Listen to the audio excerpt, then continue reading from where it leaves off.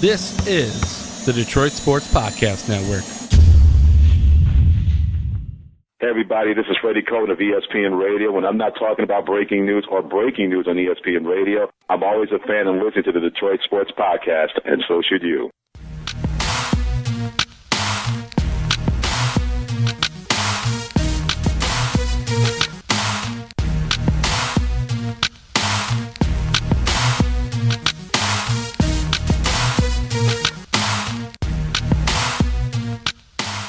Episode 185, now available for download. Thank you for joining us here on the Detroit Sports Podcast Network. I am the Doc, John Macaroon. Sitting across from me on this beautiful Thursday, my cousin, Adam, the Jock Strozinski. What's up, cuz? Just a couple clerical issues to take care of before we jump into all this hot and heavy. It's basically going to be nothing but trade talk today. But we wanted to give you the most up-to-date information possible. That's why this podcast wasn't available for download at midnight like it normally is. We wanted to sit there. We were filtering through all kinds of different reports, looking at all kinds of different things, different trade scenarios for the Pistons because the NBA trade deadline is today.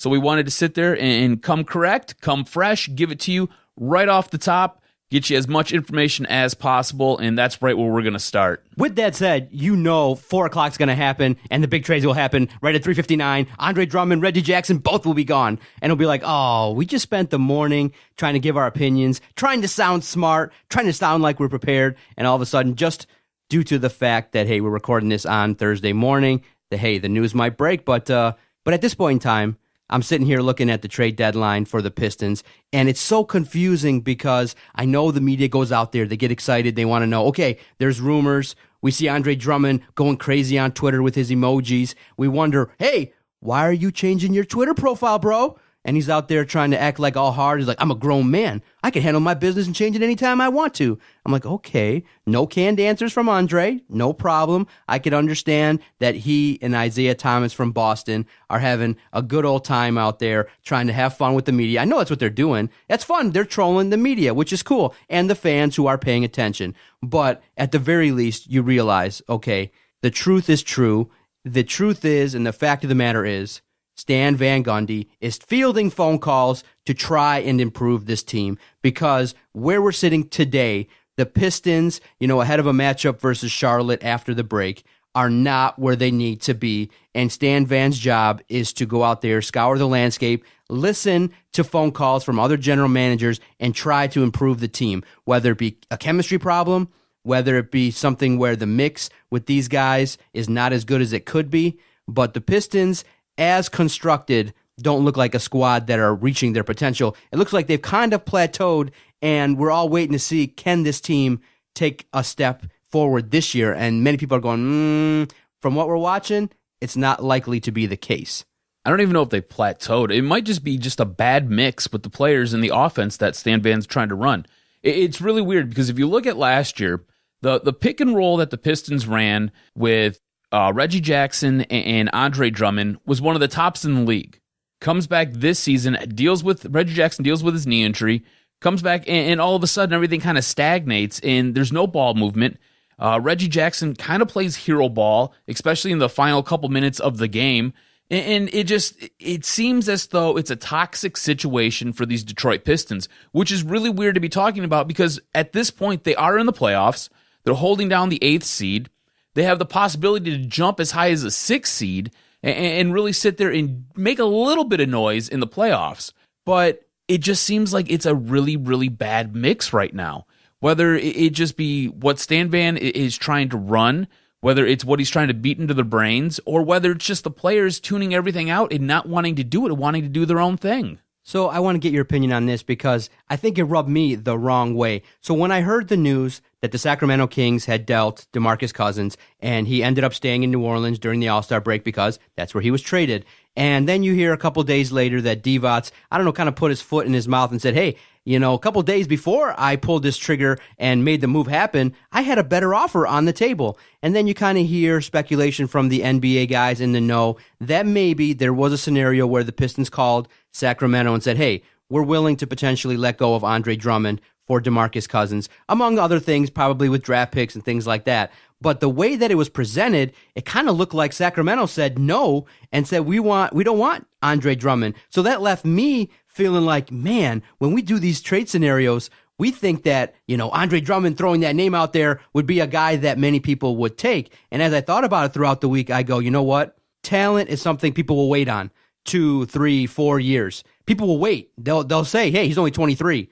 But if the rumors are true and the situation is the perception of Andre Drummond being lazy is getting around the NBA and people don't want him, and now we're stuck with Andre Drummond, I'm hoping that narrative is totally wrong. But it starts to make sense when you look at it and go, why hasn't a move already been made? Because a guy like Andre Drummond, you would think, would be coveted. I know the league is going away from big men. They want to go with guys that can shoot the lights out and make threes at will. But a solid center that can get rebounds and evolve into a solid offensive threat, you would think would be coveted, especially at 23. But his contract and maybe rumors of him being lazy left me going, oh my gosh, if people are denying the trade rumors and people are denying our request to send off Andre Drummond, that really is a bad look for the Pistons and for the fans, because I think a lot of people are feeling the way I am. Was it the same allegations and the same thoughts out there about DeMarcus Cousins? Wasn't he lazy? Wasn't he, among other things, a total head case and just a nut job? The one thing you can say about DeMarcus Cousins is he's an offensive threat, he is a game changer, and he is a star in this league. Andre Drummond, I think, very similar situation. Maybe not a nut case, but I think a potential star. With Vlade Divac sitting there and rejecting that trade to basically get a bag of balls in return and some used coffee grounds, I think that speaks more to that general manager and to that organization. Sacramento's a complete dumpster fire. Absolutely abysmal. They've been garbage for quite some time now. And the fact that you get Boogie Cousins in there and you're going to try to build around this guy. Now, there's a coach there that gets through to your star player, to the guy who you're building your franchise with, and you turn around and you ship him out the door after calling Boogie in to have a conversation with him and say, hey, what do you want to do with the head coach? What are your thoughts? And he's like, I love this guy. Don't get rid of him. Don't do this. They already made up their mind and they set him out. So now you've got a poison and contentious relationship with management over there in Sacramento. You've got a garbage organization being ran by Vlade Divac, who can't get out of his own way. Like you said yourself, put his foot in his mouth by saying, hey, we got a better offer a couple days ago. What? And then all these rumors and speculation. Look, I think it would have been an even trade. You swap Andre Drummond for DeMarcus Cousins. Andre Drummond, you have him under contract. If you're Sacramento, you have him under contract for the next couple years.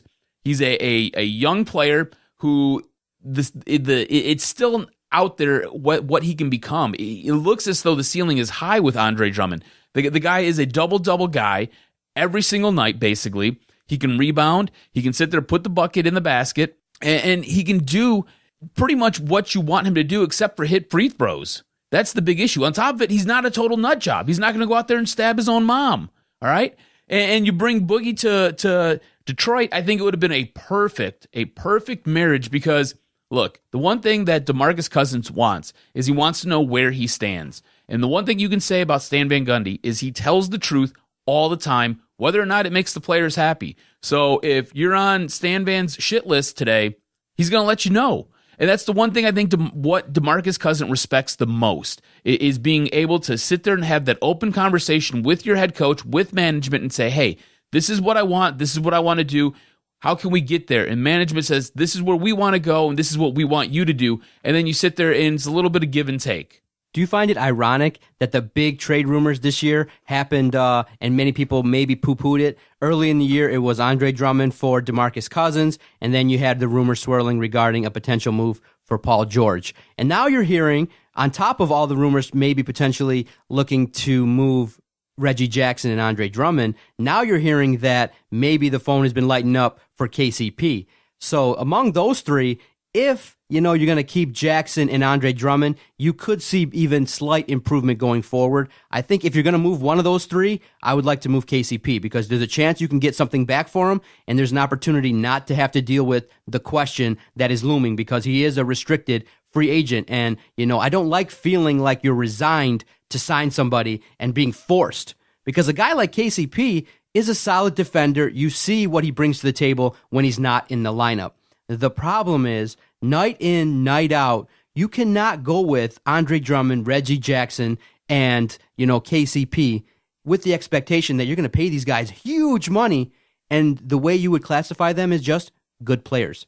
That's it. You can't pay all these guys max money, and if that deal goes down and I come across a press release or news that KCP is going to earn $20+ million a year for multiple years, it's going to make it hard to go down to the new Little Caesars Arena and say those are 3 guys you're going to put on a marquee and be like, hey, this is the crew. I can't see it. I can't get behind it because they're good players.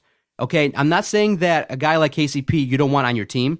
I'm saying when you judge it versus his value, that's what all this talk is about. Is Andre Drummond a max player? No. Could he evolve into that? Potentially. Reggie Jackson, nowhere near where he's getting paid. Not worth it at all on any level, in my opinion. KCP, is he worth $20 million? I don't like the phrase, that's the going rate. I would say that the value you get back for getting a guy like KCP and paying him that much money, you won't get it. So if we can move him today, the deadline is at 3 o'clock. If that move comes down, Doc will be happy. KCP's the one guy out of the 3 that you named that I'd probably have the biggest issue with moving. Just Why? Because, like you said, he's their best defender.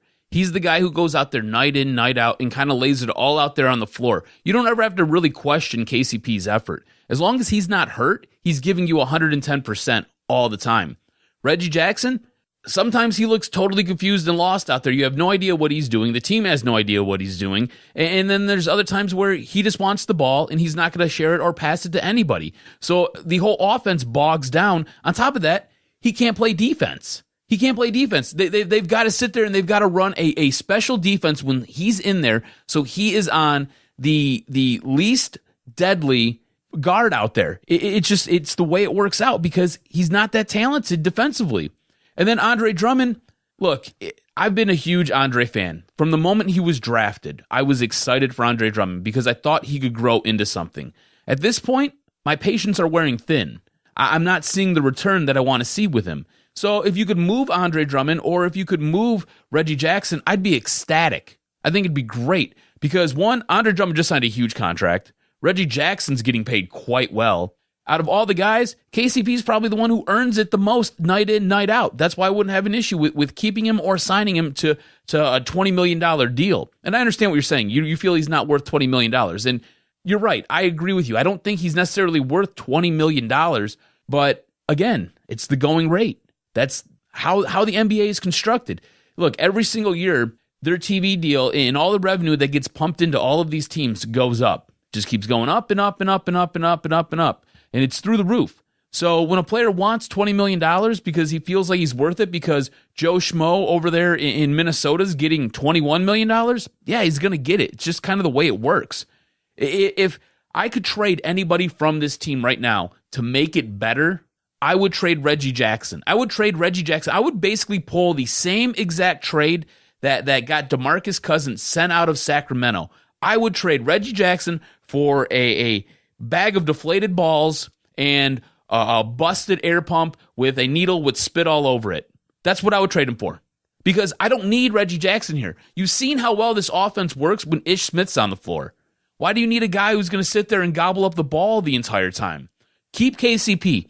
Last year in the playoffs, he was the one guy who could sit there and go toe-to-toe and lock down LeBron. He was the one guy who could sit there and keep Kyrie off balance when you needed to. KCP is the guy who can do it on both ends of the floor. Is he as consistent as you'd like? Absolutely not. But that's something he can grow into, and I think he can become better at because you've seen the small progression from last year to this season. He's able to do it. And I think you give him another year, I think he goes up even higher. It becomes more exponential. Andre Drummond, I'll keep him because he's a big man, right? You can't teach height is what they say. He's a big guy who's a double-double factor. As long as you can get him the ball in the low post, he's going to be able to sit there and put the ball in there. On top of it, he's a rebounding machine. Keep the big man. You need a new point guard. So as we were talking, as I was thinking about the Pistons and things like that, I was thinking in my mind, if I was a columnist, I would pen maybe this article. Because at this point in time, we're looking at a Pistons team that is underachieving. And I think it might be constructed incorrectly. I think that maybe Stan Van Gundy has hitched his wagon to individuals that maybe aren't the right fit. And so we look at it and you go, it's about 3.5 years into this project, and I'm starting to question, is Stan Van the guy? Whenever you talk about the Pistons, people will say, hey, this is a guy that's smart basketball-wise. He is an individual that knows his X's and O's, is an individual that has a solid basketball mind. But I go to myself and I say, what has he ever won? He got a team to the NBA Finals, but then there was a bunch of chaos surrounding his relationship with the star player in Howard. That situation turned sloppy and turned messy. And then you go, okay, Stan Van's now been here with the Pistons. What about the Miami Heat? He was really key in getting the Miami Heat over the hump and sitting there challenging the Detroit Pistons when they were sitting there winning Eastern Conference championships left, right, and center. And then you had Pat Riley basically, you know what, I'm going to come down, I'm going to take this over because we're really close. It's one of So is that more Stan Van doing his job, or is that more Pat Riley coming in and schmoozing everything? But then when you look at it and you go, okay, what's been the problem here with the Pistons? Is it a situation where being the president and the coach is maybe too much of a role when you got to take phone calls all day, when you got to evaluate player talent and you got to evaluate, what's going on the floor? And it just seems like the struggles that he talks about when you go and ask him, struggles defensively, struggles with effort consistently night in, night out. It leads me to believe that, could somebody else come in here and maybe get more out of this same group? Because a chemistry issue could also be caused by the coach.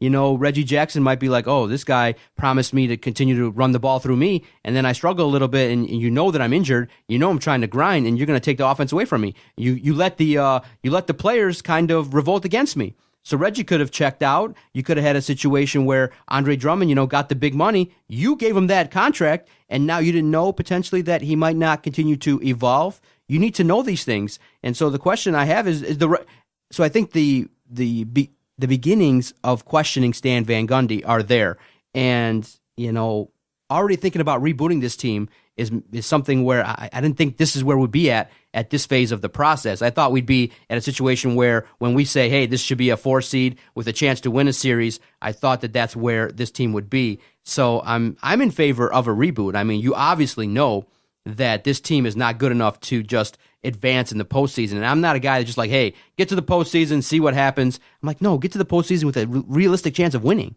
So I'm in favor of deconstructing this team and starting over, but how many chances does Stan Van deserve based upon what's gone on? And I think the question that you ask, get this team to the playoffs and compete. I think there's a question there that needs to be answered. I don't think the Pistons are going to compete in the East for quite some time. Not until LeBron starts breaking hips and breaking legs here, because at this point, the East runs through Cleveland. I don't think there's anybody in the East. I mean, Toronto's a very good team, but still, I don't think they challenge Cleveland. So I think everything has to go through Cleveland until you're able to sit there and go out night in, night out and beat the pants off Cleveland and do it in a 7-game series. I don't think you're going to compete. So I think at this point, what Stan Van has to do, because I'm in favor of a reboot as well. I think you got to blow it up. And it sucks to say that because you thought you got your point guard. You thought you had your center of the future. You thought you had your lockdown defender in KCP. And by going out and trading for Tobias Harris last year, you thought you had a forward who could make a difference in games and allow the play to kind of free up and run smoothly. On top of that, you get a great effort night in, night out from Marquise Morris, or Marcus Morris.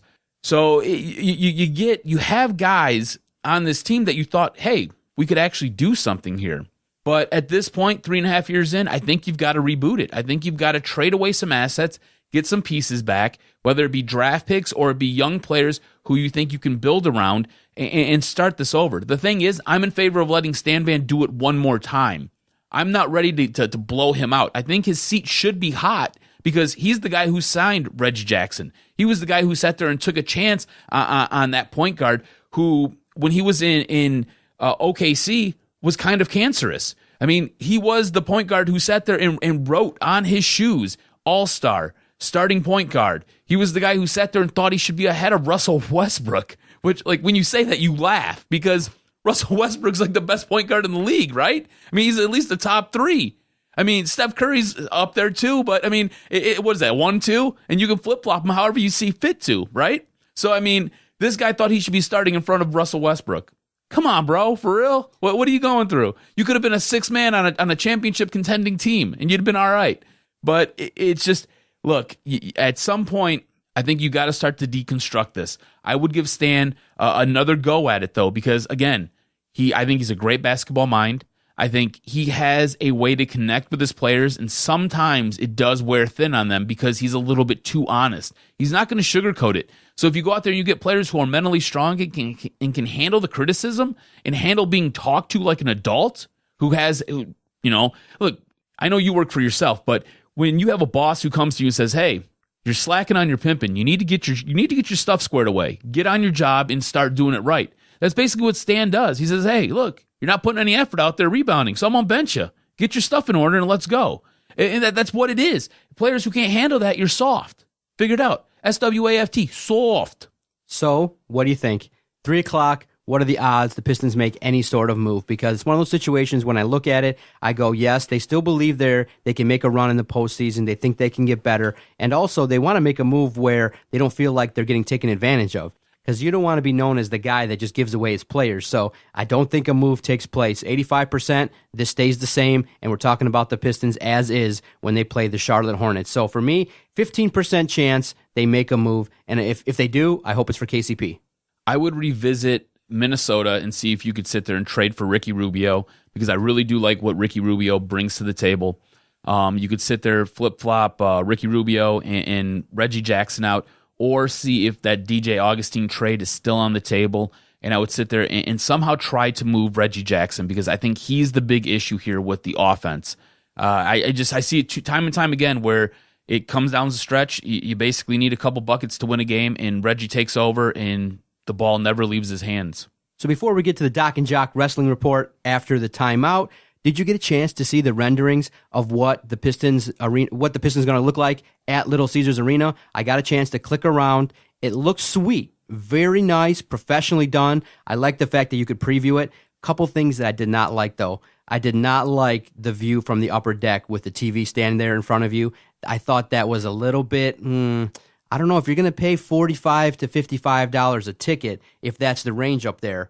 I don't want, something overhanging with televisions. It looks sweet. It does, in terms of how it looks on the computer screen on this nice Mac that I got. But when I go to a game, I want to see I want to see the big screen that that I saw in the rendering. I don't want to see something that's obstructing my view. So if I go to a new arena and that's the sight lines, I probably will have to just maybe go to less games and just go to one game and pay a little bit more in the $75 range and sit in the lower bowl, because that looks sweet. Or on the seats behind the basket, because I wasn't in favor of what I saw.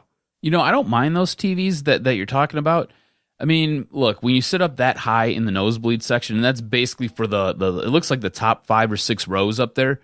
Sometimes watching it on a nice, crisp, 4K high-def TV, it might come in a little bit better than seeing the ants run around down there. So, again, depends on what your price point is.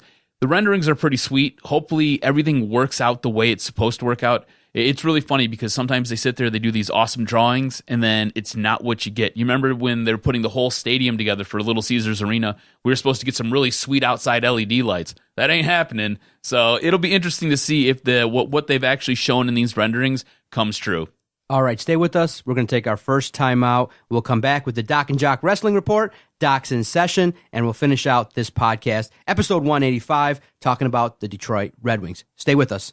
Doc here for the Detroit Sports Podcast Network. I really appreciate everybody that's been showing us love, showing us support. And when you ask and you go, hey, how can you support these guys that are independent, doing their thing, broadcasting each and every day almost, getting great interviews, great guests, even some of the great dignitaries coming in here to our Sterling Heights studios, being interviewed by the likes of Adam and myself, Big Vito doing his thing. How can you support us? All we ask, go check out our website, DetroitSportsPodcast.com. You can go click around, check out the articles, see when different shows are aired, see what kind of coverage we are providing, and we greatly appreciate it. If you're prone to shop online, you're up late at night and you got nothing to do, you're clicking through Amazon, hey, just make one stop before. Stop at DetroitSportsPodcast.com. click through that Amazon banner. Whenever you make an online purchase, hey, it comes back and they kick us a little bit of something and it helps keep us going. So, hey, that's how we've been able to stay strong, keep the lights hot. That's how we've been able to keep the lights on, the microphones hot here at the Detroit Sports Podcast Network. I greatly appreciate it. Thanks, everybody. We wouldn't be able to do this going, well over 300-400 podcasts that we've produced here without your support. It is appreciated, and I hope that everyone knows out there how much, it means to us that you guys support us and allows us to do this great project. Thank you very much.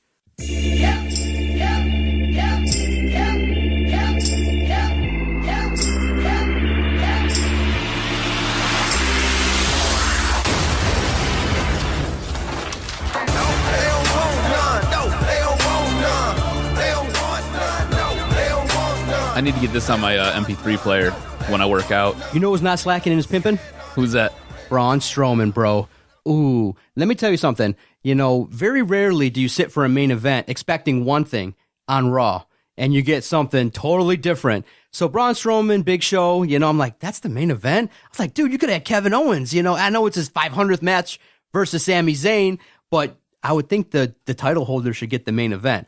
So I watched the show. I'm like, oh, this is a decent show so far on Monday Night Raw. So Braun Strowman comes out versus the Big Show, and within 45 seconds, I'm like, what the hell kind of moveset is this? He's doing flips. He's doing things that I'm like, this big man has the chance to be a superstar. If he can wrestle, dude's doing like classic wrestling moves there. I was like, oh my goodness. And when you watch a wrestling match, part of it is your personality, part of it is how you can get over with the crowd, but also your in-ring performance. To be able to tell that story and the false finishes and things like that, you came away going, holy crap, they actually have a star, they've built up, and this is a guy, after that Big Show match, just elevated himself. After many people afterwards were like, this is one of the best main events they've seen on Raw in years.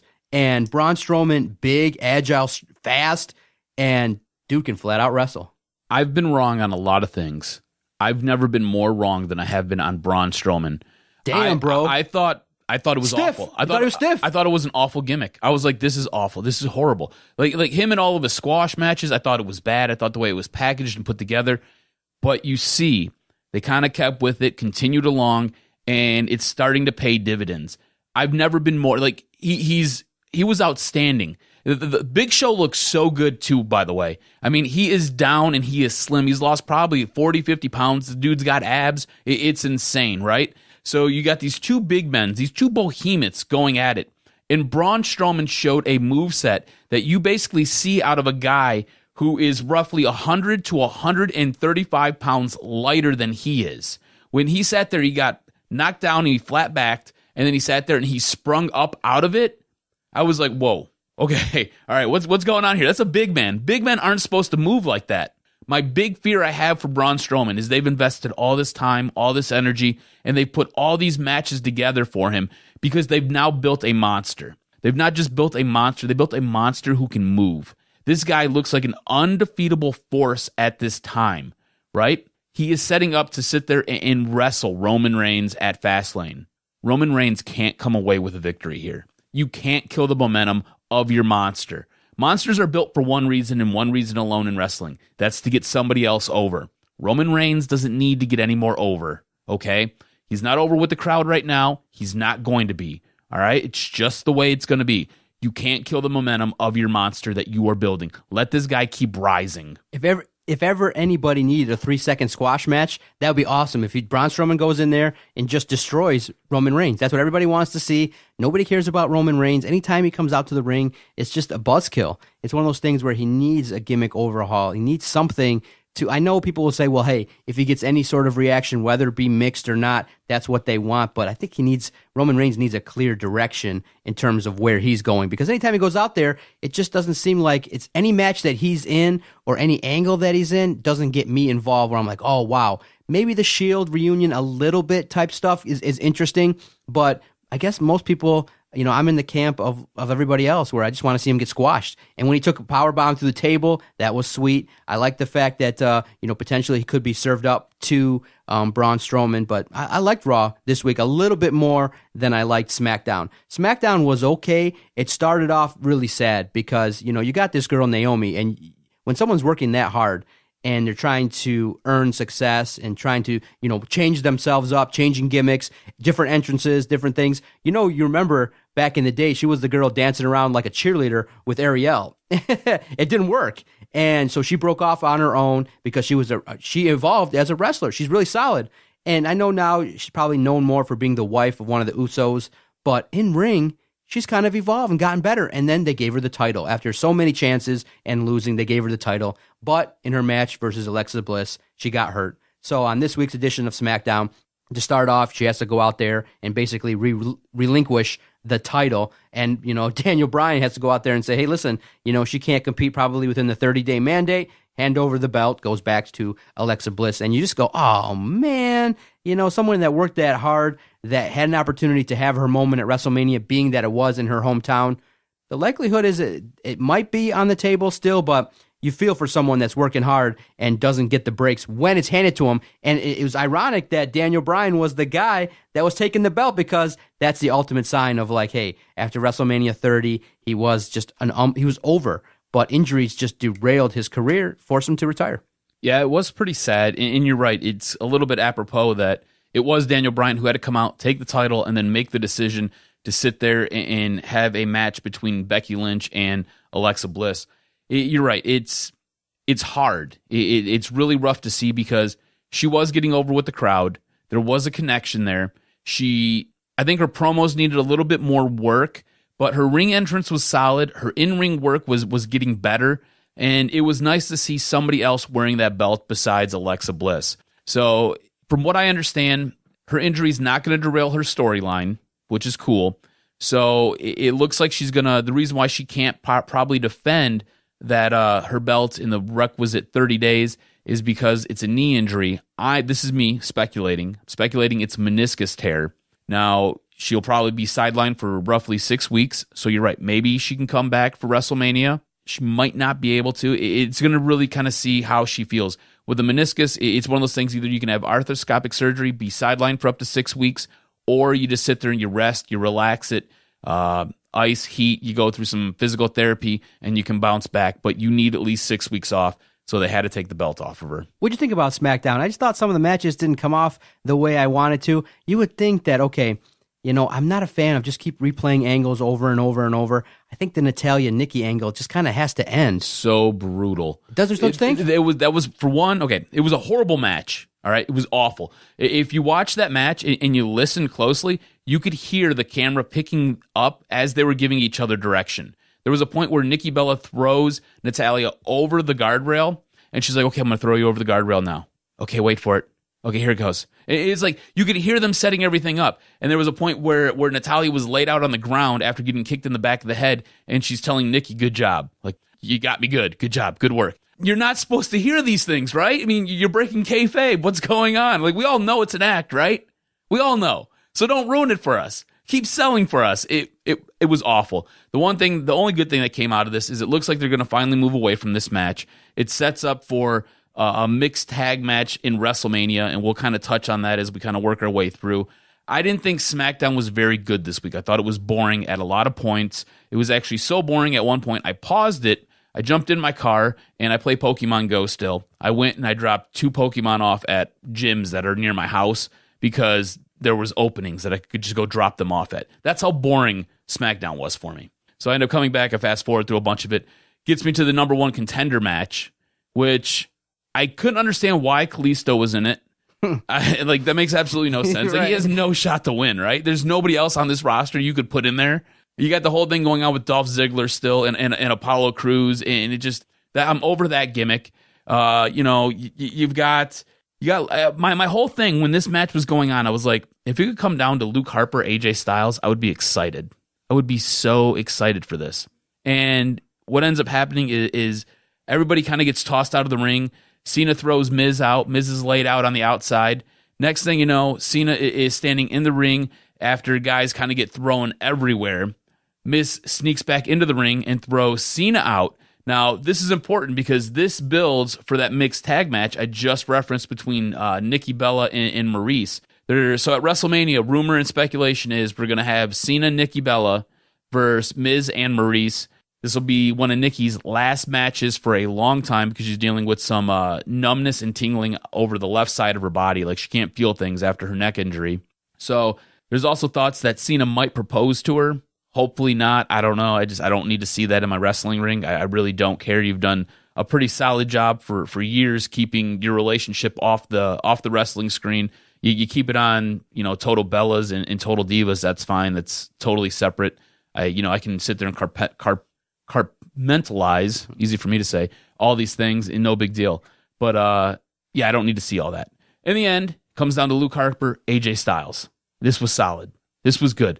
Luke Harper is another one who's starting to win me over a little bit because I was... Duke and wrestle with experience. I know it's tough, but a lot of people like to see the young, up-and-start wrestlers that are doing all the moves, but there's something to say about guys with experience that have been around the circuit, that once they get in the system in the WWE 2, 3, 4 years, you start to see their evolution, and with a good gimmick and solid wrestling, you get a guy that potentially could get over. And, Luke Harper, got a chance to have some time off with that bad knee injury, and he came back and, with how they've used him, has done a real solid job. And I think, the SmackDown extension brand has really helped a guy like Harper get more time, get the chance to be exposed, and now getting a chance to maybe wrestle one of the best wrestlers in the entire world in AJ Styles. I'm actually looking forward to that next Tuesday. I can't wait to see it. Yeah. But only with the caveat that the winner of that match has to be AJ Styles. No doubt about it. It just has to be. You cannot put over Luke Harper at this point in time.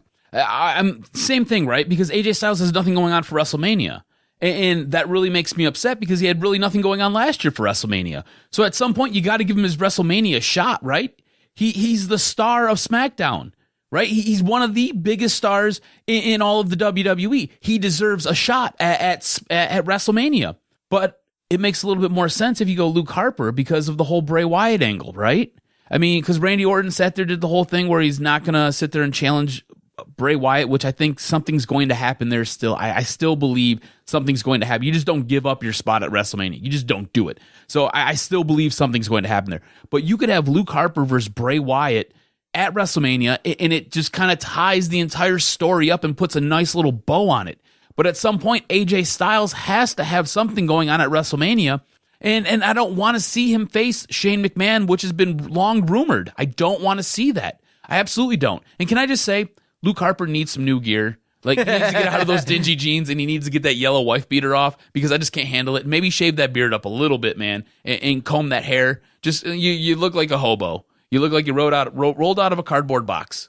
Great stuff, sir. Always look forward to chatting wrestling with you. I'm looking forward to Fastlane. Looking forward to seeing how some of these angles are going to evolve and move towards WrestleMania, because we're on that time, the road to WrestleMania, where all wrestling fans kind of see where these angles culminate and who's going to show up, the pomp and circumstance in Orlando. So I'm looking forward to, watching wrestling the next couple of weeks. And I'm liking the fact that with the brand extension, maybe not the shows, but having a pay-per-view once every 2 or 3 weeks, perfect. Great way to end the weekend, and having WWE Network is amazing. So good stuff. All right, this is what we call The Doctor is in Session. I know you've been sitting on some things, and you got some things up there percolating. You want to know, what's the doc been thinking about?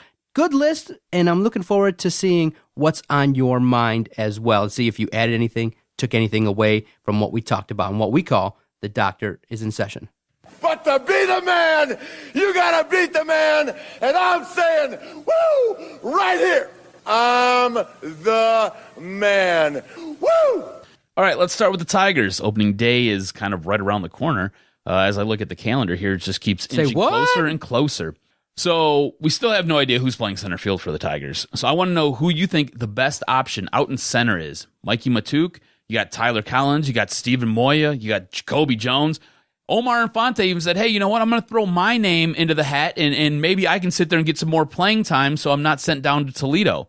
Or is there someone else out there that you maybe got your eye on? Who do you think is going to be the best option for center field, and why?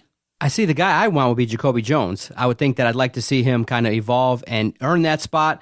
But out of the gate, many people are maybe speculating that Matuk might get the job to start at center field. Maybe Tyler Collins, when I looked at some online projections as to who's going to be in the starting lineup 1 through 9, where they're going to shake out, Tyler Collins is in the mix. For me, I just think Jacoby Jones has an opportunity to learn and grow out there. He's got the most natural talent to go out there and do the job every single day. But where the Tigers are at, it just might be some situation where we don't get that answer. It might be a situation where opening day it'll be Jacoby Jones. We see how he does that opening series, and then they go to Tyler Collins depending on some matchups. Then when some situations arise, maybe Matuk will go out there and earn that spot. But for me, I'm of the opinion that Jacoby Jones is the best option if everything plays out and everybody does their job. Okay, if you say who's got the most talent, who's got the ability to evolve and learn on the job, see, this is a situation where I hate the fact that many people are thinking this team still has a chance to win, because then that throws a lot into the mix. You know what I'm saying? You got to go, ooh, who maybe is Brad Ausmus going to count on? You would think maybe he might count on a Tyler Collins because of the experience that he's had if things go awry. And the tough part is Comerica Park is not really a spot you want to go out there and try to learn.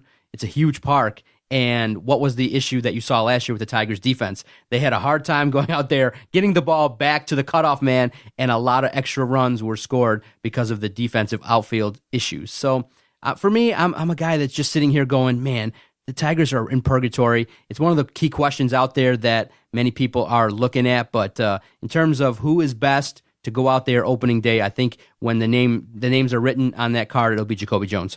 Ooh, interesting. Just those who don't know, Mikey Matuk played for the Tampa Bay Rays. He was injured most of last year. He tried to play through it, and that really hampered him. In 2015, in limited time, in limited duty, he played pretty admirably, had a 295 average, 9 home runs, 19 RBIs in 41 games. He's a plus fielder. He's pretty solid out there in the outfield, so last year was not good for him. It was actually pretty brutal for him. He sat there, he batted 195. It was not good. It was not a good look for him last year. All right, well, sticking with the Tigers, Brad Ausmus has come out and basically said Justin Upton will not be batting second in the lineup. He said it'll be anybody else but Justin Upton. Do you like that? Seen Justin Upton kind of come on late last year and looked like he kind of got his groove back. I saw some projected lineups, and I was looking at it, and you obviously realize the theory is the second spot in the batting rotation goes to your best hitter because you want him to have more opportunities to bat. So when I saw a projected lineup, I saw a good one. It starts off with Ian Kinsler, the number 2 spot, J.D. Martinez. 3, Miguel Cabrera. 4, Victor Martinez. 5 goes to Justin Upton. I think that starting 5 right there can do some things offensively. I think that is a solid starting 5. And then the bottom 3, potentially could be Tyler Collins, and 9th I think is McCann, 8th is Jose Iglesias. So I think there's an opportunity there to put JD Martinez at number 2 to kind of also allow you not to have pitchers pitch around Miguel Cabrera. So I think that's probably the scenario that they're looking at. I know people will say, well, Justin Upton has been mixed and matched and been up and down the lineup, but I think his natural spot probably is going to be 5th or 6th in that lineup, and we're hoping that JD can continue it. But when I look at the Tigers lineup, if everything goes to fruition and people do their jobs, Brad Ausmus might have an easier job setting that lineup where the lesser batters are down 7th through 9th, and you have your guns 1 through 5 taking care of business. That's what you want. You want Miguel 3rd, you want Victor Martinez 4th, and that's just a nice, if everything goes to fruition and nobody's striking out all the time and the offense is flowing, 1 through 5 could be one of the top solid lineups and offensive rotations in all of baseball. I like that. I like the idea of Kinsler, JD Martinez, Miguel Cabrera, Victor Martinez, Justin Upton. My goodness, it sounds good on paper. That's a ton of power up top. And can do some damage if these younger guys can do some things. I like that lineup as well. All right, let's switch gears a little bit. Let's move over to the Lions. I want to know if you would overpay for Oakland running back Latavius Murray. Now, this is a guy who, for his career, rushes for over 4 yards a carry. He's had 12 rushing touchdowns in 14 games last season, catch the ball out of the backfield, and he doesn't fumble. However, he's not super elusive. He's only broke 1,000-yard once, and he doesn't have that home run threat. It's expected, looking when I was sitting there kind of pricing things out, that he'll command somewhere between $3.5 to $6 million a season. But he would be your number 1 running back for your Detroit Lions. I like the idea. Your mind is in the right spot, just the wrong player. And I think you're looking at it in the wrong spot. I'm thinking if they're going to make a big free agent splash, my opinion would be go out there and get a big receiver that can come in here and also help out the receiving core that dropped the ball a ton last year. So I would say you can have the same value by going out there and developing a running back from the draft. That's just my personal philosophy. Murray's a good guy. I saw, his games. I was into watching his stats and watching what he did out there at Oakland. I think that he's got potential. But again, it might be a situation where the line might not just be ready enough to suit his talents at this point in time. The line will only be second year together. They're still evolving. You're still going to mix and match maybe one piece or two, depending on what you do with Riley Reef and which one is going to be gone, whether it be Warford or Reef, or who's going to be brought in here from the draft. So I'm of the opinion that if you want to go out there and get your impactful running back, they might just go one more year with this whole tandem of Amir Abdullah and Theo Riddick. So I think that one more year of that, bring in a guy from the draft, bring in a young cat, or maybe if you make a splash, maybe you go out there and get a Leonard Fournette, get a guy that maybe could be that guy to, that could be that guy to come in here and solidify that spot. But I just think maybe, I don't know, because when we look at improving the squads all across Detroit, you look at maybe improving the Tigers bullpen, the Lions running back. What's been the issue? Go out there and get a solid running back, but I don't know when that's going to be the focus. Could it be this year? Could it be one more year after the line is solidified? I still think that from what I'm reading, that they're happy with Abdullah and Riddick. So I would pass on Latavius Murray. Maybe a guy like a Dalvin Cook who ran wild on Michigan during the Orange Bowl. Speaking of running backs, do you want to maybe see what a mock draft says and maybe they take a running back? Would Fill you me like in. that? Always love to hear it. All right, well, I've got a Dane Burglar of CBS Sports mock draft up here. And what I'll do is I'll kind of work my way from the top to the bottom, and I will give you some names that are interesting for Lions fans as well as yourself here. So at 8, guy you just mentioned, the Carolina Panthers, they take Leonard Fournette, running back out of LSU. 9, Cincinnati Bengals, a guy that me and you have talked about that we both would like. Linebacker Reuben Foster out of Alabama, linebacker. Let's see here. What else we got going on? A guy who I have seen attached to the Lions quite often in a lot of different mock drafts because, I sit there and I read through all of those all the time. Tez Tabor, cornerback out of Florida. He's going 11 to the New Orleans Saints. Malik Hooker, free safety out of Ohio State. He's going to the Cleveland Browns at 12. Now, Malik Hooker is an interesting case because he's had some surgeries done recently, so he may fall. He may be a guy that the Lions sit there and target. You said a wide receiver? Maybe they do that in the draft.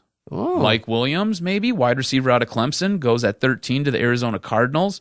We also have Western Michigan's own Corey Davis. He goes 18 to the Tennessee Titans. Delvin Cook, running back, Florida State. He goes at 16 to the Baltimore Ravens. He is probably the closest running back that the Lions could draft. They might be able to move up. He might slip down to them. He's a guy who, if I'm looking to draft a running back, he'd probably be the one because he's explosive, elusive, catch the ball. He can do a lot of really good things. Interesting pick right here at 17 as we sit there and we inch even closer to the Detroit Lions. The Washington Redskins take Malik McDowell, defensive lineman from Michigan State. I thought that was interesting. He was a guy who some question marks regarding whether or not his motor ran at top speed all the time. As we make our way down here, we come to the Detroit Lions, and they take Derek Barnett, D-end out of Tennessee. Do you like that? This is what it says. It says Detroit needs to address issues at cornerback, but upgrading the pass rush with an edge rusher like Barnett will impact the back seven as well. Now, Barnett was explosive, and he sat there, caused a ruckus for Tennessee in the SEC all season long. I could see that working. He's not a guy who I'm incredibly high on, though. Listen, obviously we're looking at improving all areas of the Detroit Lions. I'm also looking at maybe just getting that Alabama linebacker. I think it's one of those things where if you can go out there and improve that position, I still can't believe. Did you read that I don't think the linebackers at all had an interception or a forced fumble all year? That's mind-boggling. It was awful. That is something I'm like, what? They didn't smack the ball once. They didn't force an interception. That core has to be improved. That's what happens when you sit there. You build your linebacking core around DeAndre Levy. He decides he doesn't want to play because of whatever. And I'm expecting DeAndre Levy, if he comes back next season, I'm expecting him to be retired in a year or two. and he'll probably cite CTE as the issue. So you're going to be needing to look at, upgrading the defensive end position as well. But if you're going to focus on probably two areas on the defense, I'd hope you'd focus on the linebacking core and improving the secondary, because I'm just not sold on what they got there at that unit. I think it could be a little bit better. So, that's an interesting position, but I'll take your word for it and go with a pass on the individual you named. More names that are kind of close to the vest here. Taco Charlton goes 23 to the New York Giants. DN out of Michigan. This is a guy who, if I'm the Lions, if he's there, that's the guy I'm taking. That's who I want. Also, interesting name here for you. This is a guy who comes with a lot of hype, and I know you hate him because he comes with the gigantic hype machine. Oh, come on. You can't. 30, we're not stooping to that. At 30, your boy, Jabril Peppers, who linebacker slash safety. Yeah. Slash safety. Yep. For Michigan. And basically what they say here is it's Pittsburgh's had a ton of trouble trying to replace the hole that Troy Polamalu left. And if you think about it, Jabril Peppers kind of looks like Troy Polamalu. He's a guy who can hit hard like a linebacker. He's a little bit undersized for a corner or maybe even a safety, but the guy's explosive, can hit, But he would be utilized perfectly in that. What would you think defense. if the Lions said his name and called his name up there? Jabril Peppers. First I wouldn't round. be happy. No? I wouldn't be happy, no. You think he's going to underdevelop? I don't think that. What they need right now in kind of the way this team is constructed, I don't see him making an immediate impact. I can see a guy like a Taco Charlton, you line him up opposite of Ziggy Ansah, I think that makes more of an immediate impact down in, down out. You go out, you get a guy like a Dalvin Cook. I think that makes an immediate impact on that offense. Because now you have a running back. You have a 3-down running back, a guy who can sit there and basically do it all. And when you need to spell him, you got Amir Abdullah. You also have Theo Riddick. It was proven over a long stretch last season, Theo Riddick can't do it game in, game out, down in, down out. And Amir Abdullah, I don't know if he's going to be able to stay healthy. He hasn't stayed healthy his first 2 years.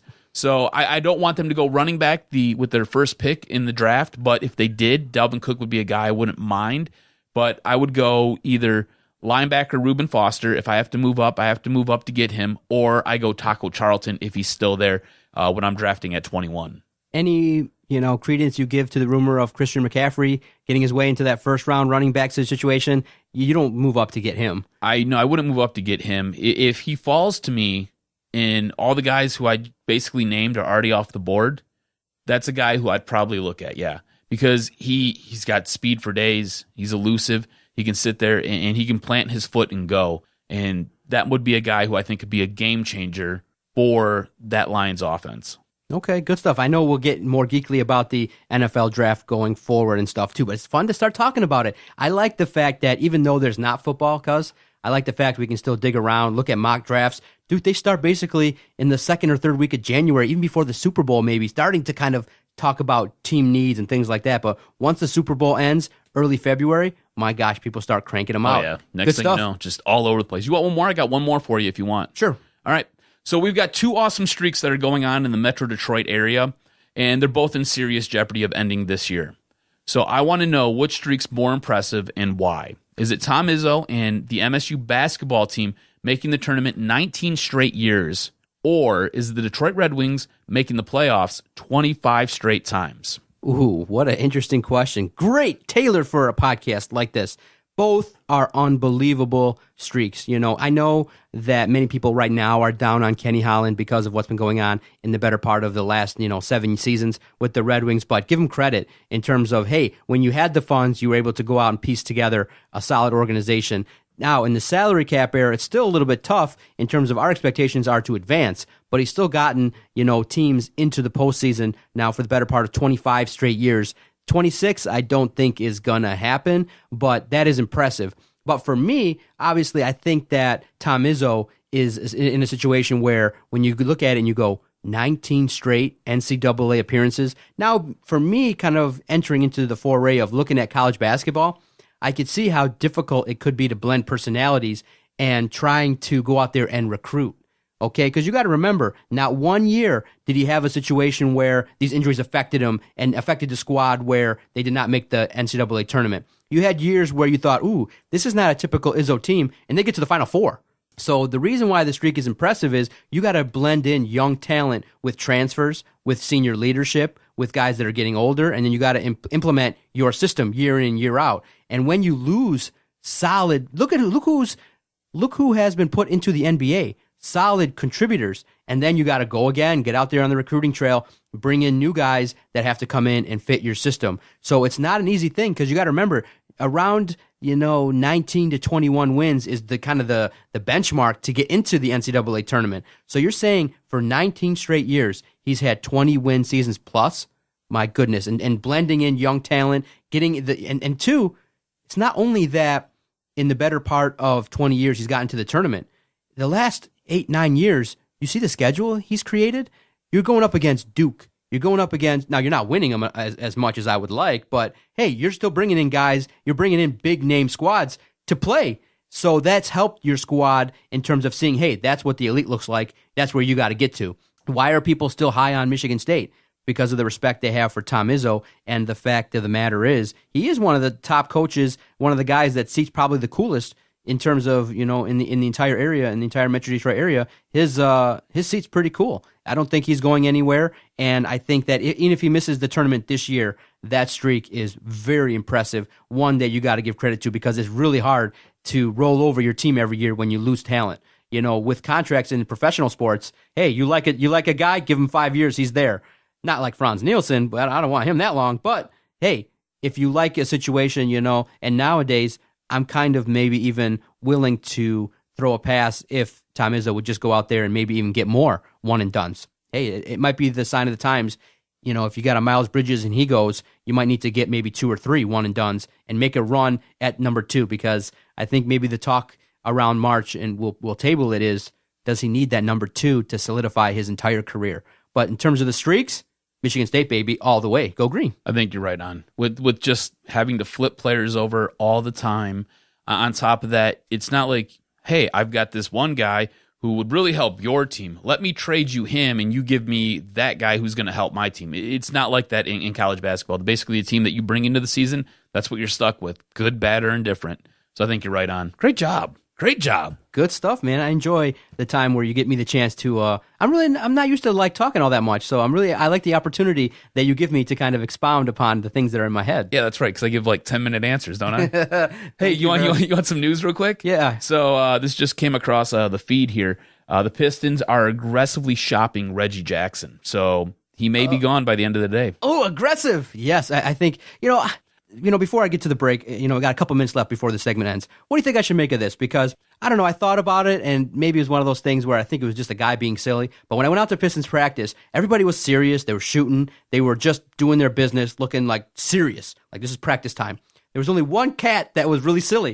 It was Reggie Jackson. And what he did was, it was pretty sweet. And I thought it was he was having fun. But the more and more I think about it, I go, maybe he wasn't as professional. So everyone's shooting, doing free throws. Marcus Morris is practicing his threes. Andre was doing free throws. Stanley was working on some cutting and stuff like that. So we're all talking to Stan Van Gundy. All of a sudden, Reggie, kind of walks through and kind of does a shimmy out the door. And I thought it was funny. And the PR guy was laughing at him. But it just seemed like he was having fun, doing his thing. But it was noticeably different outside of how everybody else was. Everybody was like, hey, media's here. Keep it on lockdown. Reggie Jackson kind of maybe just was like, hey now, and just kind of shimmied out the door, kind of did a dance out the way. I was like, well, you could have kept in line, but I thought he showed some personality. But when I look at it too, my other side goes, does he have that kind of I don't care attitude? That guy that just maybe is serious, but sometimes might crack the joke when the coach is talking. You know what I mean? I gotcha. Yeah. What do you think I should make of that? I wish I would have got on video. It was funny. I wouldn't make too much of it. Maybe he's just a little bit of a different bird. You know, just kind of having a good time at the end of practice. Exactly. I mean, again, like Allen Iverson, it's practice, bro. It's just practice. It's practice. Trying to get out there more and more because all the news is made when I ain't there, dang it. All right, we'll take our final timeout. I know you're definitely chomping at the bit to talk about the Red Wings. They've had some time off now, and we'll see what this means for the squad because, interesting. Beat 2 solid teams. Come back, lose to the Islanders in their final time playing at the Joe Louis Arena. We'll talk about it and the future of the Detroit Red Wings next on the Detroit Sports Podcast Network. We couldn't be a podcast network without the great support of our sponsors. One of our great sponsors, Fanatic U, been with us since the early inception of this project. If you're a fan of Detroit sports, go check out fanaticu.com. It's a great Detroit sports outfitter. They got 6 locations all across Metro Detroit, and they've just been a solid supporter. When you get a chance to talk to people and you're trying to create a network and trying to build it and evolve and do more things, you got to have equipment. You got to have a spot to do the podcast. And when you have support of your sponsors, it makes it so much more easy. It makes it so much fun. Also, too, Fanatic U has allowed us to go out there to athlete signings, be a part of some great events. And we show appreciation for those that support us. So definitely check out and support fanaticu.com. And if you're wondering, hey, this podcast network has sponsors, check out our website, DetroitSportsPodcast.com. Our sponsor page is right there. Support those who support us. It means a lot to us, and Fanatic U is one of our strongest sponsors, and we greatly appreciate the work we've done with them. FanaticU.com.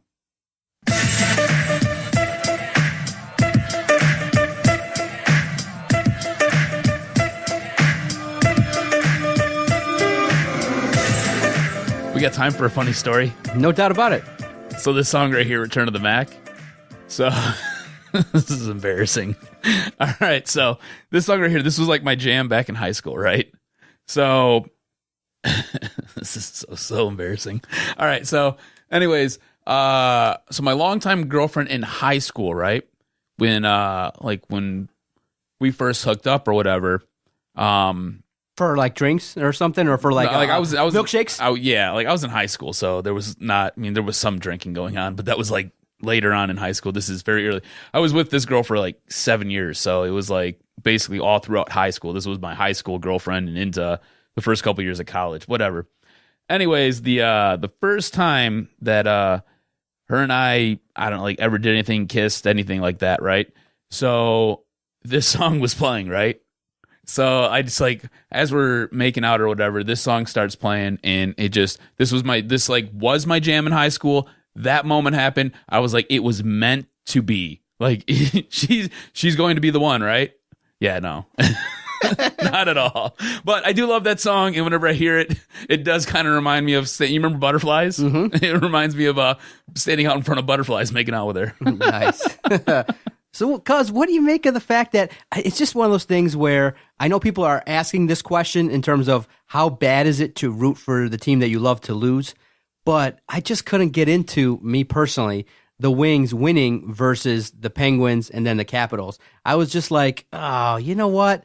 It's one of those things where, even though they got those wins, it didn't bump them up. It didn't bump them up at all in the standings. They're still near the bottom of the Eastern Conference. It's one of those things where, you know what, winning at this point in time could potentially hurt the Red Wings. But how funny is that? You win against the two top teams, in the entire NHL and in the East specifically, and then you go out there, you play the Islanders at home, and you don't play well at all. It's typical of the Red Wings, and this is what you get when you have a team that maybe just isn't there talent-wise. I don't think there's anything wrong with it. I mean, look, we've got 20 games left of the Red Wings season. They have to win, and by win, I mean no ties. They have to win basically 80 to 85% of their games to even have a shot at this, to even try to make it relatively close. And that's counting the guys in front of you losing games and possibly going 500 down the stretch here. So I don't think there's any shot of this team making the playoffs. I don't think there's anything wrong with you rooting for them to lose. I mean, look, it's all about getting better for next year at this point. You're not making the playoffs. You're not going to be doing anything well. So sit there and basically tank. Give yourself the best opportunity to sit there, go into the draft, and get the best player available. Ken Holland at this time should be sitting there on the phone calling everybody, trying to trade away every asset he has to sit there and make this team better. You've got to blow it up, right? That's kind of much like the Pistons. You got to blow it up. You got guys on here. You've got a lot of aged veterans on this team. You've got young guys who are either underperforming or just not performing to the contracts that you've signed them to. You've got to be able to either trade something up and get some pieces in return to sit there and rebuild, pump some new blood back into this organization and revitalize it for next year when you sit there and you open up your new building. And you're not trying to do things for the new building, but you need to make this team strong so it competes down the stretch. And that's what your goal should be. So where are you seeing the Red Wings at right now? At the 60-game mark, they're at the second break. They're 8th in the Atlantic Division. It just looks like more and more that it's a slow, painful way to end the year. And it's just looking like, okay, many more people are realizing that this is not the year. This is not the year for the Red Wings. It might be the time to end the streak, but I feel like when that day comes, that people will celebrate it. They'll cheer if it's at the Joe Louis Arena. If the day comes where they're eliminated, I think they'll celebrate it. They'll respect the fact that, wow, we were in the postseason 25 years. Many people are, I think, resigned to the fact that once Kenny Holland uttered the words, hey, if you're expecting cups, you're in the wrong league, that maybe less is more, many people knew the writing was on the wall. The more and more you think about it, that press conference might live in lore in Red Wing history, because he, in essence, said, this 2016-17 season, it's a squash, it's done. He said it right then and there before the season started. That press conference might be the reason why he gets fired. Let's just put that out there, too. I think you're right, though. Once they're eliminated from playoff contention, which will probably be within a week or two once they come back from their break, you're right. And the fans should cheer them. And the fans should sit there and clap and should be proud of that. 25 years in a row, you sat there and you made the playoffs. That's outstanding. I mean, that's one of those streaks that everybody talks about. Like, look, you know how hard it is to get the NHL on ESPN? Do you realize how difficult it is?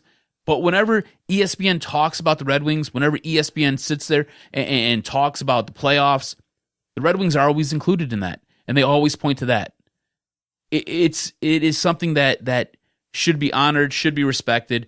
At the same time, I think all the players in that locker room, I think the organization itself, I think once the streak is over, I think everybody will be happy. It'll be like a giant weight lifted off their shoulders. Because as cool as it was to sit there and go to the playoffs that many times in a row, and to be that solid of a franchise for that long, there comes a time where it just kind of becomes an albatross around your neck, weighing you down, because you're playing for the streak. You're playing to keep this going. You're playing to keep pace, because last year, Henrik Zetterberg came out, he said, not on my watch. This streak's not ending on my watch. And you know what? It's going to end on his watch. And I think when it does, I think it'll be a giant burden lifted off his shoulders. So what are you hearing about the situations where, in terms of who is going to stay, who is going to go, who is on your list of people that, many people, when they tweet us at our Twitter page at Detroit Podcast, they say, you know what? Let it all go.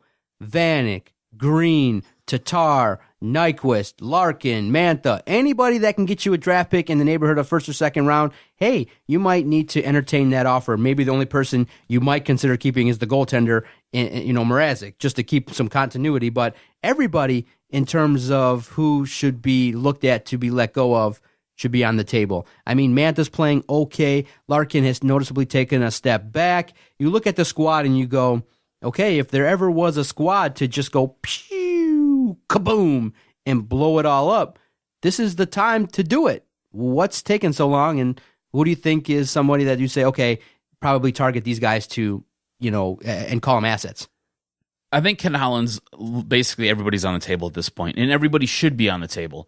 So we can now definitively state the Red Wings are going to be sellers. They have to be. Definitively. There is no way they're making the playoffs. I'm telling you, there's no way they're absolutely making the playoffs. Not a chance in hell that they're going to make the playoffs.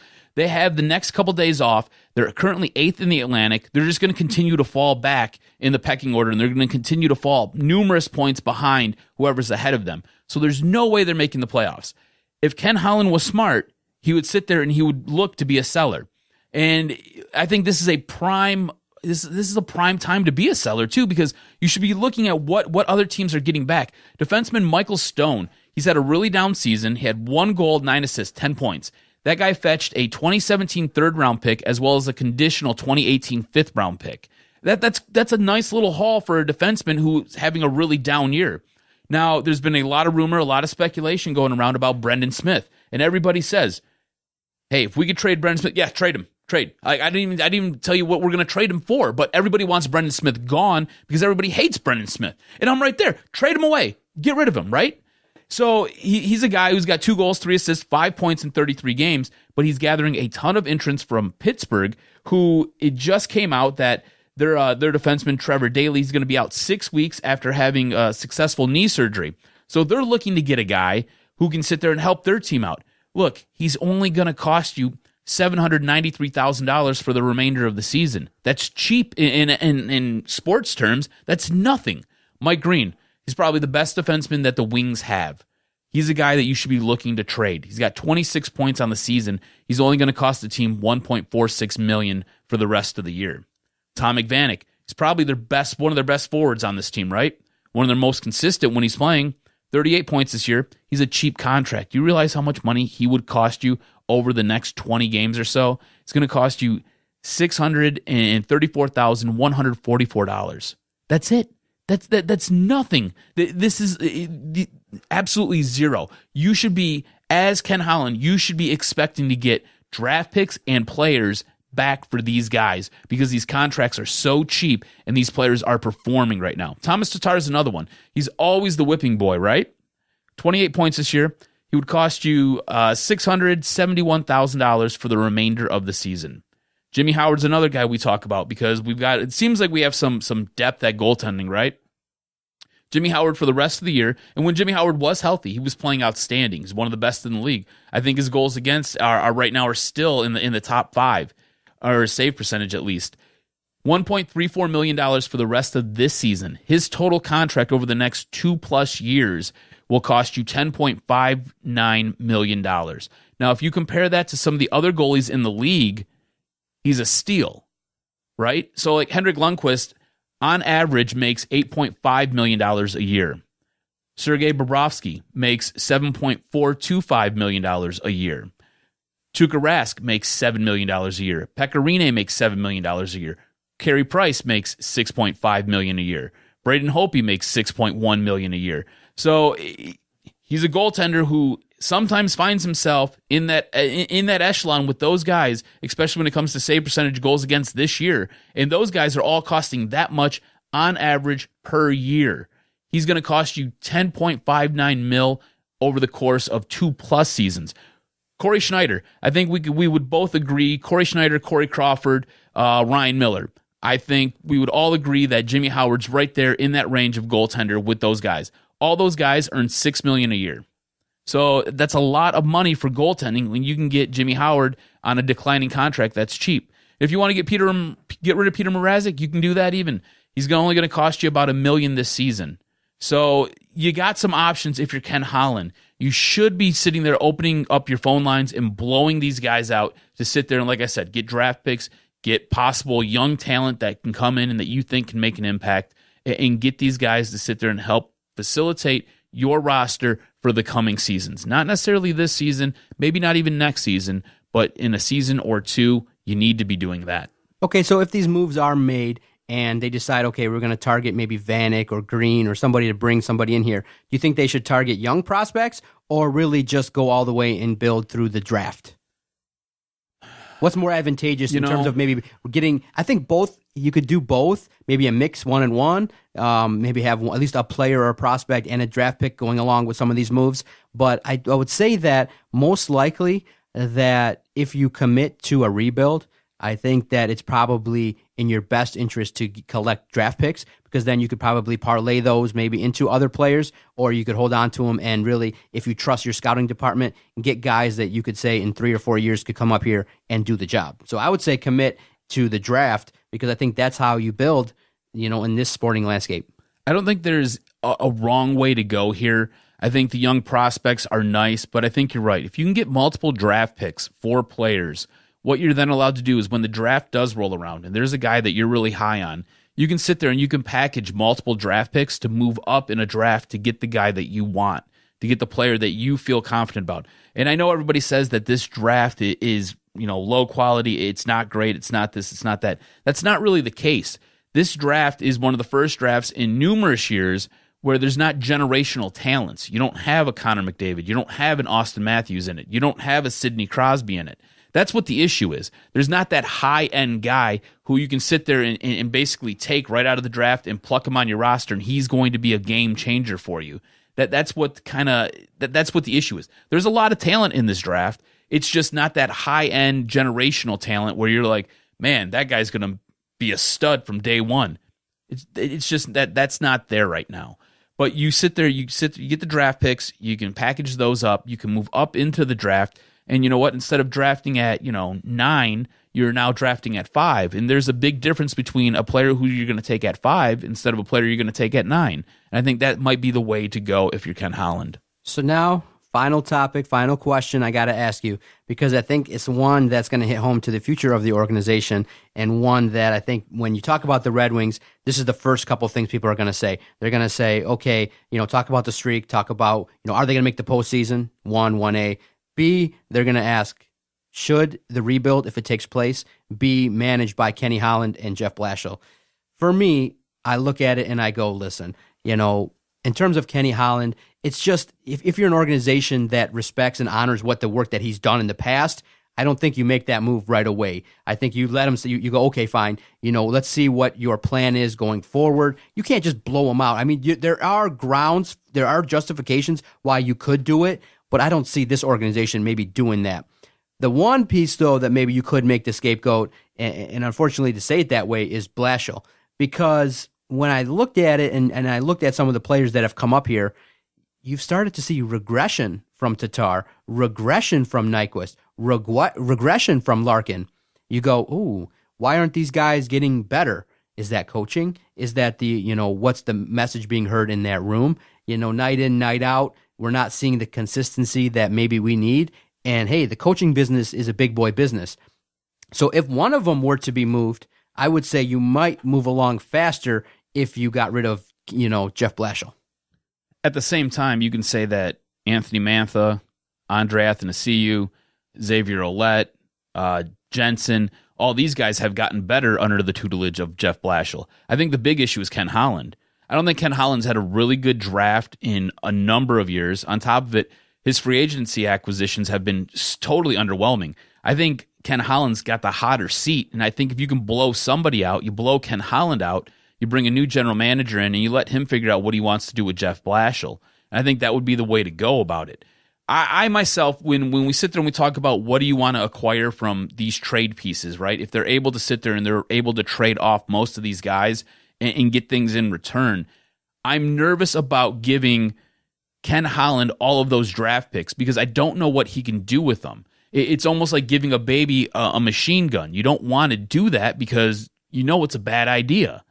And if you give Ken Holland all of those draft picks, I think it might be a bad idea because I don't know if you're going to get what you want out of the draft because he hasn't really turned in a great draft in a number of years. And yeah, Ken Holland tends to hit more than he misses in the draft, I would say, but he just hasn't hit in a number of years. And ever since basically the pocketbooks got closed up and they've gone to this new landscape where the CBA kind of restricts the team and the ownership from spending out of control, he hasn't really been able to bring any good free agents in or any free agents that have made an immediate impact. Your biggest impact free agents that you might get might be Mike Green and might be Thomas Vanek because of what you might get by trading them away.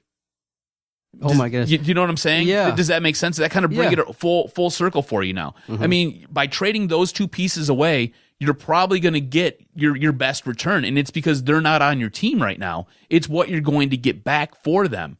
And I think that right there encapsulates what Ken Holland has done in a nutshell over the course of a number of years now.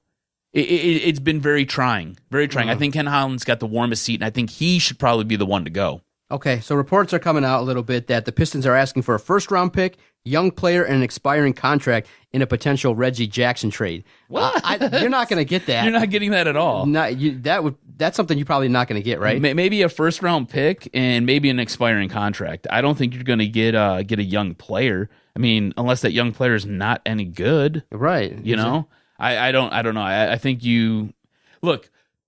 It's a trade, right? So you go to the table, you say, "Hey, I want the sun, the moon, and all the stars in it." You come back and you say, well, I'm going to give you some grass, I'm going to give you some dirt, I'm going to give you a light bulb. And I say, well, you know what? I'll take just the sun and the moon then. And you say, all right, I'm going to give you some grass, and I'll give you 4 light bulbs, and let's call it a deal. And I say, you know what? I'll go with the sun. You say, I'll go with a light bulb. And in the end, we decide on me getting a star. That's how it works, man. It's all negotiation, right? You got to go to the table asking a lot, right? No. It's like a contract.